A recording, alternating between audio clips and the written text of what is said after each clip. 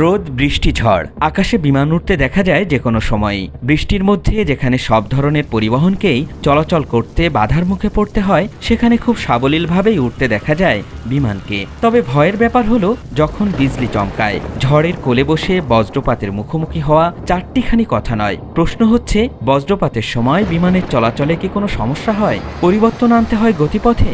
চলুন জেনে নিই এ ব্যাপারে বিজ্ঞান কি বলে।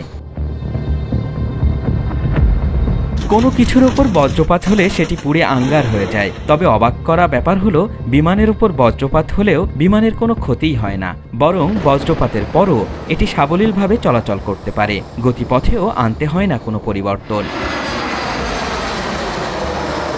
বিজলির আঘাতে বিমানের কোনো ক্ষতি হয় না কেন? কি এমন প্রতিরোধক রয়েছে বিমানের মধ্যে? আসলে বিমানের বডির মধ্যে রয়েছে এমন বিশেষ ব্যবস্থা, ফলে বিজলির 1 বিলিয়ন জুল শক্তির শক্তিশালী বিদ্যুতের আঘাতের পরেও কেউ বিদ্যুৎ স্পষ্ট হয় না। এছাড়া বিমানের বাইরের অংশ বিদ্যুৎ পরিবাহী ধাতু দিয়ে তৈরি করা হয়, যাতে বিমানে বিজলি আঘাত করলেও তা বিদ্যুৎ পরিবাহী হওয়ায় ভেতরে থাকা যাত্রী, কেবিন ক্রু ও পাইলটের কোনো ক্ষতি হয় না।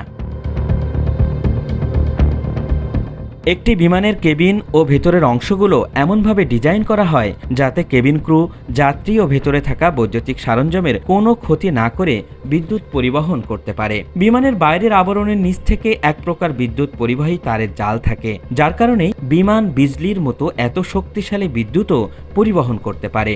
আর সে কারণেই বিজলির আঘাত বিমানের কোনো ক্ষতিই করতে পারে না।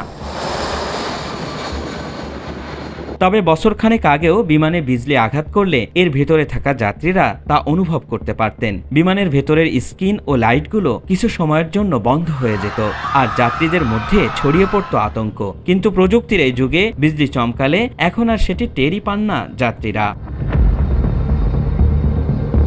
আল ইমরান, সময়ের আলো।